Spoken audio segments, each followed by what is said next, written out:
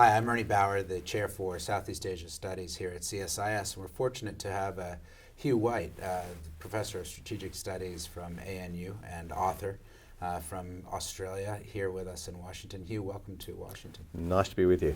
We just heard remarks from your former Prime Minister Kevin Rudd on sort of talking about Asian architecture and how China thinks about the United States and how the United States thinks about China. I wondered, you write and think about this a lot.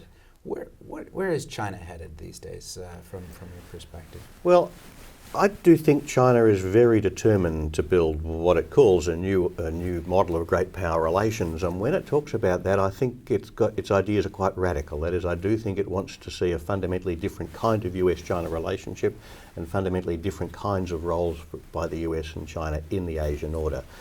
I'm not sure that China necessarily wants to dominate the region, but I'm sure that it wants to play a much bigger, more equal role with the United States, and I think that is itself puts China's objectives into a very direct collision course with what I see to be American objectives, which are to preserve the status quo based on US leadership. So I think the underlying divergence in fundamental strategic objectives between the two countries does drive a pretty serious question about the future of the relationship.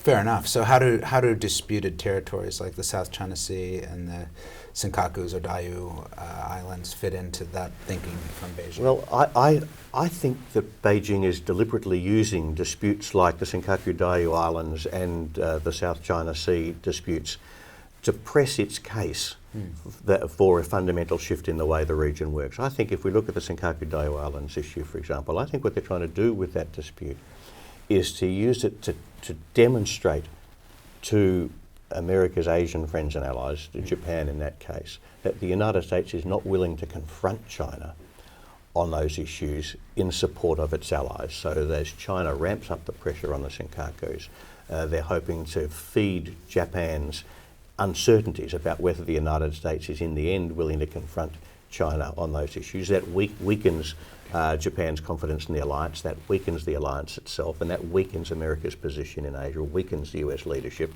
and in the zero-sum logic of this sort of game, enhances China's position. And I think in a way you can see them doing the same thing in relation to the Southeast Asian countries involved in the South China Sea. So I think when I look at the the South China Sea, East China Sea issues, I see them being used by China very deliberately to push its argument for a new model.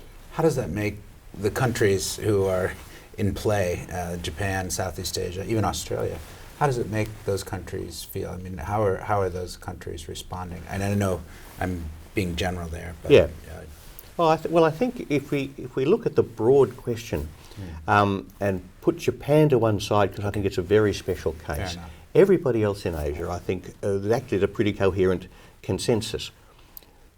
None of us want to live under China's shadow. Right. So we all understand that a strong US role in Asia is fundamental to avoiding living under China's shadow.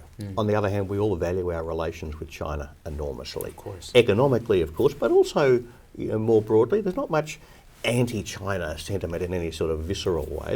It's just, we don't want it to be too strong. We don't want to live under their shadow. But so everyone wants to live under China's shadow, but nobody wants to do that on the basis of a bad relationship with China. So we all want the United States to stay engaged, but to stay engaged in a way that doesn't require us to make any choices. Now, in the end, I would say that's going to require the US to find a way to stay engaged in Asia, which China is, in the end, willing to accept. Now, what China is willing to accept, of course, is one of the big questions. But I think at the moment that China will be very reluctant to accept anything in Asia which gives them a role which is less than equal with that of the United States, which is why I've argued for the United States and China to try and build that kind of relationship. So when you look around Asia, there's sort of, we want to be America's friend, but we don't want to be China's enemy kind of view is very widely held, and in Australia as well. A lot of analysts here say that when Beijing looks at Washington now, it sees a bit of weakness. Is that? Would you agree with that? Look, I think it does. I think China does see this as a moment of strategic opportunity, as one of their stock phrases. I think there's some elements of that which are objectively justified and some which aren't. Obviously, China's economic power has grown enormously.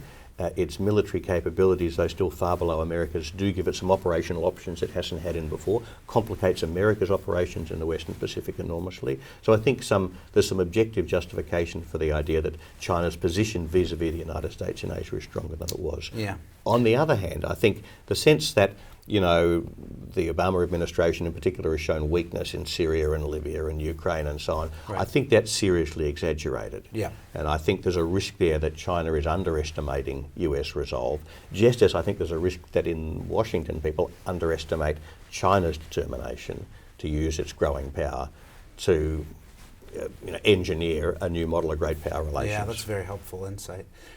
So how about Australia? I mean, you're in the midst of sort of developing a new defense white paper. What will Australia's posture turn out to be? Well, Australia is still wrestling with what is for us one of the great transformations in our strategic history, because, you know, for us, strong support for Western allies in Asia is hardwired into our strategic DNA. We've always been this way, and it's worked very well for us. And so, you know, there'll be no country in Asia, no country in the world which is more supportive of the idea of a strong US role in Asia than Australia. On the other hand, no country in the world is more dependent on its relationship with China economically than Australia is.